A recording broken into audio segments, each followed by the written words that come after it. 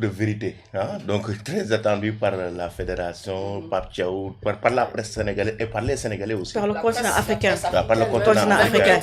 Voilà, maintenant, ce que je voulais ajouter, la première décision, c'est-à-dire par rapport à ce qui se disait depuis des jours, comme quoi que le Sénégal exclu de la Coupe du Monde, c'est ça, c'est plus d'actualité. Voilà. Parce que selon les juristes de la FIFA même, qui disent que c'est impossible. Ouais. Les juristes de la FIFA quand même ont évoqué que c'est impossible que qu'on puisse exclure le Sénégal de la Coupe du Monde alors qu'on parlait d'une Coupe d'Afrique. Donc certes, la CAF est un démembrement de la FIFA, mais on jouait une coupe qui a été organisée par la CAF, pas par la FIFA. Si par exemple le Sénégal était sanctionné contre l'Égypte en éliminatoire de Coupe du Monde, parce que c'était la FIFA qui organisait ce match. Donc, mais ici, c'est la CAF qui organise. Donc, c'est la CAF qui sanctionne. Raison pour laquelle la commission de discipline de la CAF se réunit. C'est pas la commission de discipline de la FIFA. Donc, c'est deux entités différentes. Donc, on peut pas exclure le Sénégal de la Coupe du Monde. Et aussi ajouter qu'on va pas aussi perdre le trophée parce qu'il y a aussi certains Sénégalais on va remettre le trophée parce qu'en lutte si on casse par exemple si tu fais recours et qu'on avait mis en jeu un drapeau, si le lutteur fait un recours, il rend le drapeau. Mais c'est pas comme voilà. Donc c'est pour rassurer les Sénégalais, il y aura pas. La commission de discipline qui a fait une sortie pour dire que les serviettes n'ont pas leur place. Donc, dans ce match, dans cette finale, certainement, il y aura des sanctions. Et dans cette finale, oui. C'est-à-dire parfois, les gardiens de but mais ça a été toujours comme ça dans le club. Mais je pense qu'il ne connaît pas tellement, en fait. Non, mais il a voulu dire, en fait, pour moi, ce que j'ai compris, il a voulu dire ce qui s'est passé avec les serviettes. Le fait que les stagiaires viennent pour essayer de récupérer les serviettes, ça n'a pas sa place dans cette finale. Oui, c'est anormal. Ouais. Maintenant, il faut noter aussi que cette commission de discipline a été changée. Cette commission de discipline, c'était un Sénégalais qui était à la tête avant même qu'ils se réunissent. C'est composé d'un Sud-Africain, d'un Kenyan, cette commission d'un Tchadien, je crois. Donc ça a été changé ça a été changé récemment. Oui, à cause de ces incidents.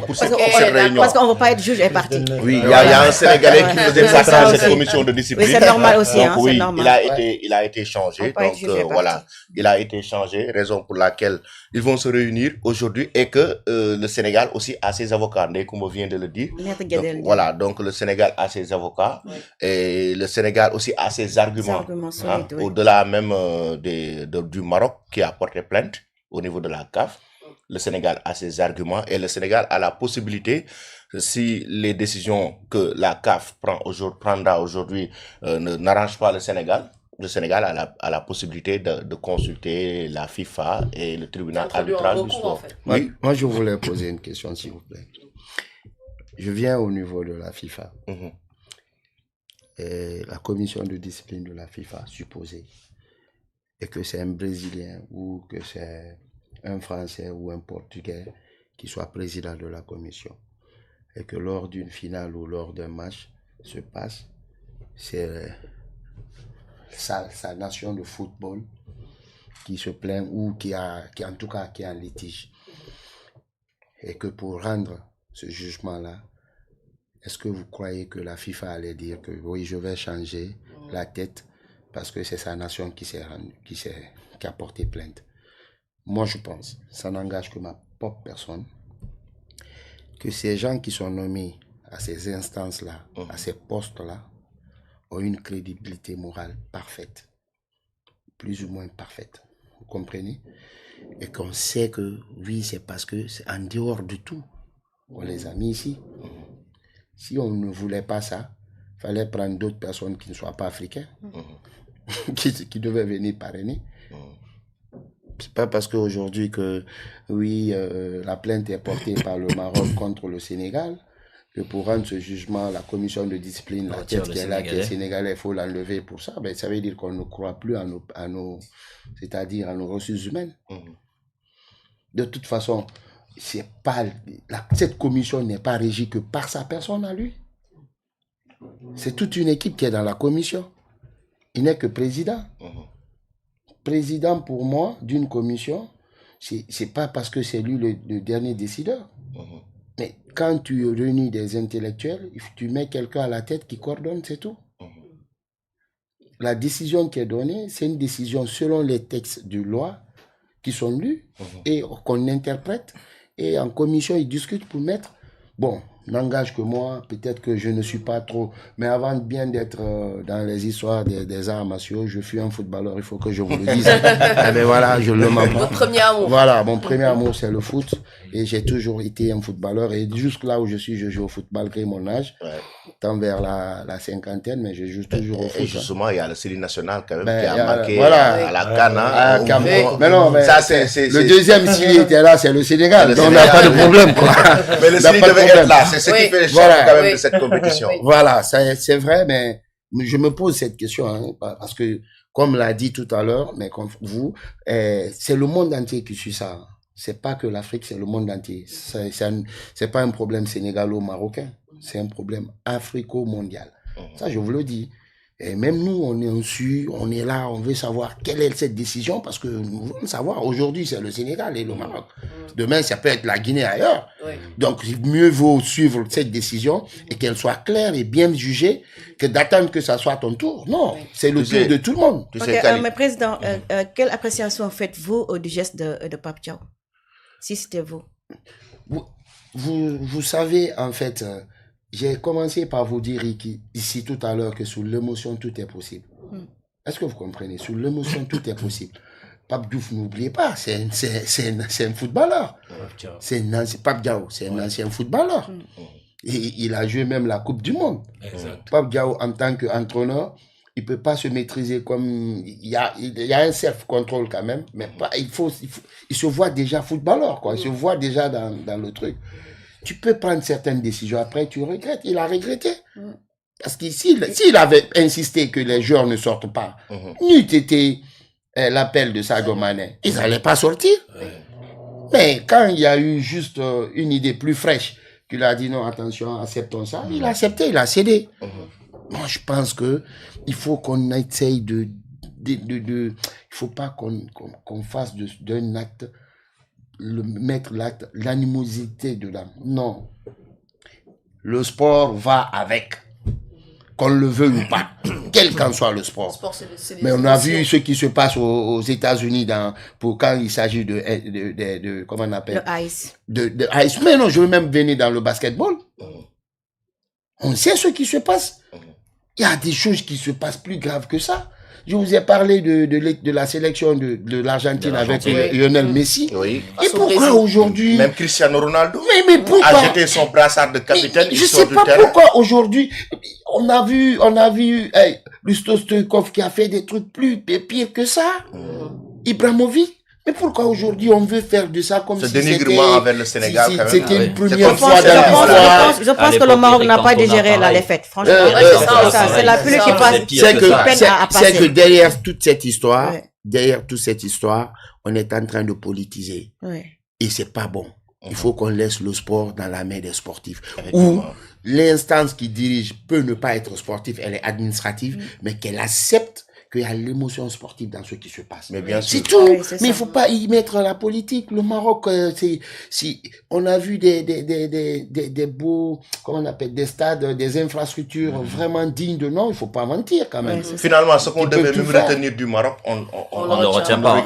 On ne retient plus. Alors qu'on devait retenir une image, on devait retenir une image très belle positive. organisation. Une belle image. Parce que l'organisation, je l'ai dit hier, l'organisation, le plateau que le Maroc a offert aux amateurs du football, moi, c'est la première fois que je le vois en phase finale de Coupe d'Afrique. À part l'Égypte qui a essayé même d'être vraiment au même niveau, le Maroc, ce qu'il a quand même offert, c'est quand même des commodités d'une Coupe du Monde.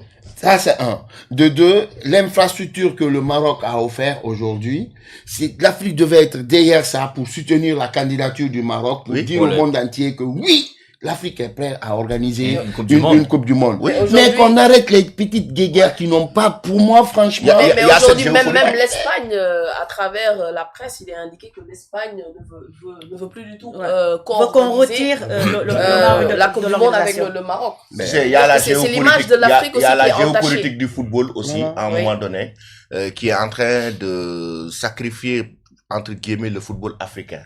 Ouais. Parce que si vous remarquez bien, c'est durant cette Coupe d'Afrique qu'on a pris la décision, la forte décision d'ailleurs, une grande décision, de dire que maintenant la CAN va s'organiser tous les 4 ans.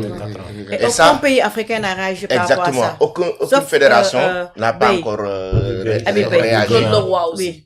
Oui, et une décision, d'ailleurs, Patrice Motsepe, le président de la CAF, a eu chaud. Pas soutenu, hein. Il a eu chaud en conférence de presse de la veille de la finale. Il a eu très chaud parce qu'on lui a quand même dit, la presse lui a dit quand même, comment tu peux prendre, ou bien vous pouvez prendre cette décision, parce qu'on insinue que cette décision ne vient pas directement de lui. Oui. Comment vous pouvez prendre cette décision sans consulter le football africain? Maintenant, il y a la Coupe du Monde des clubs chaque année. Qu'est-ce qu'il a répondu par rapport à ça? Non, il dit que c'est une décision qui a été mûrement réfléchie depuis des mois, sans depuis concertation des années, avec les pays membres. sans concertation avec le football africain. Regarde, avec les présidents des différentes fédérations africaines. C'est une pression qui est là. Il y a le sport business qui est derrière. Les clubs européens sont en train de mettre une pression à la FIFA. Et cette pression descend jusqu'à la CAF. Ce sont ces clubs européens qui ne veulent pas laisser les joueurs venir jouer pour la Coupe d'Afrique. Parfois, les joueurs sont victimes même de menaces. De menaces et de lorsqu'ils chantage. viennent jouer, de chantage, lorsqu'ils viennent jouer la CAN. Et ce sont ces clubs qui ont de l'argent qui vont aller voir la FIFA pour mettre la pression. Après, la FIFA est en train de mijoter la CAN tous les 4 ans depuis des années. Ahmad, pourquoi il a quitté la Confédération africaine? Parce qu'il avait refusé catégoriquement la CAN tous les 4 ans. Issa Hayatou était catégorique. La CAN avant se jouer en été. Maintenant, comme ça se jouer en été et qu'on veut placer là-bas la Coupe du Monde des clubs et que les clubs européens ont mis la pression à la FIFA, on a délocalisé la CAN pour nous dire que pour des raisons climatiques, la CAN ne peut plus se jouer en été, alors que la CAN, depuis Mathusalem, se joue en été. Et on voit quand même que malgré les conditions climatiques, les équipes arrivent à jouer. Ouais. Et maintenant, on nous fait une CAN en hiver. Qu'est-ce que ça veut dire une CAN en hiver? Ça veut dire que l'aspect touristique de cette compétition est carrément tué. Parce qu'aujourd'hui, le Maroc aurait pu bénéficier financièrement sur le plan touristique de beaucoup de bonnes choses par rapport aujourd'hui à ces belles villes. Mais c'est en hiver. Ça pleut tous les jours. Il y a le froid. Les gens qui veulent sortir par moment pour découvrir même la ville, au-delà de l'aspect sportif, pour découvrir des villes, ont du mal à le faire normalement. Il y a l'aspect touristique qui est laissé en rade. Et après, c'est pour laisser une place pour la Coupe du Monde des clubs qui se joue en été. Raison pour laquelle aujourd'hui, faire une CAN tous les 4 ans va arranger la CAF et la FIFA, mais n'arrange pas les pays africains. Et au-delà de ça, chaque 2 ans, tu as des nouvelles infrastructures sportives de qualité. Si on organise tous les 2 ans, mais tous les 4 ans, tu tues le football africain. Clairement. Tu tues le football africain. Aujourd'hui, on aurait pu laisser tous les 2 ans. C'est juste 1 mois. Et trouver vraiment un bon créneau pour les joueurs en été, continuer à jouer. La Coupe du Monde des clubs, ça n'a rien à voir avec la CAN. On peut jouer la Coupe du Monde des clubs à côté, mais jouer la CAN à côté. Mais on est tous conscients que si on le fait, la Coupe du Monde des clubs n'aura pas de d'impact et de visibilité. Parce que Eto'o l'a dit un jour, ce sont les Africains qui tiennent le football. Mais ils ne sont pas conscients de ça. Les joueurs africains, si tous les joueurs africains se retirent des 5 grands championnats, aujourd'hui, le football européen va baisser en termes de niveau. Mais ça s'est vérifié même durant la CAN? Oui. Ça s'est vérifié durant la Les statistiques durant la CAN pour ces clubs et après la CAN, c'est diamétralement opposé. À beau être malin, un jour, on verra bien. Le pétrodollar est en train de s'installer aussi. Oui. On va aller. Parce que là, comme vous l'avez dit, la FIFA et la CAF, la FIFA a injecté le business du football actuellement, c'est purement, on sait comment ça se passe, ce n'est plus le terrain qui parle, c'est dans les bureaux où tout se décide, à travers les financiers qu'il faut, qui sont derrière tout ça. Mais on voit aussi l'ascendance aujourd'hui des pays arabes. Je vais parler de l'Arabie Saoudite, je vais parler un peu de Koweït, peut-être que même Qatar, Qatar, les Émirats arabes qui vont se mettre dedans. Oui. Et à un moment donné, je me demande comment est-ce que la FIFA va faire, parce que peut-être qu'ils peuvent tirailler avec nous, peuvent nous imposer certaines choses, mais à ceux-ci, ils ne pourront pas. Financièrement, ils ne pourront pas. Il y a la Coupe arabe même qui a été reconnue. Ils ne pourront pas imposer quelque chose à ceux-ci financièrement. L'Amérique du Nord, aujourd'hui, comme vous le constatez, ils vont se mettre dans le football. Les États-Unis déjà commencent à aimer le football. Et à ceux-ci-là aussi, financièrement, ils ne pourront rien dire. Et voilà, malheureusement, c'est nous, la petite Afrique, nous sommes toujours victimes. Ouais. Mais ça veut dire qu'il faut des défendeurs. Oui, il faut en fait des défendeurs de l'Afrique. Coach Jeff, qu'est-ce que tu en penses de toute cette situation-là, de cette finale? Je sais que le continent, Jeff, malheureusement, a quand même péché, même si il y a eu ce fait de jeu-là avec Momo, qui devait bénéficier d'un penalty et qui malheureusement... Moi, j'ai pas reconnu le continent. non, mais ils ont accepté que le Sénégal a refusé. Oui, mais Samuel Eto'o... une participation honorable. Oui, franchement. Après une crise honorable pour le continent. Oui. Merci Lamine. Merci. Non, mais franchement, ça quand même. Merci Lamine. Il y a eu ce fait de jeu-là. C'est une équipe en phase de reconstruction. Voilà. C'est une belle équipe. Et je l'avais dit même avant la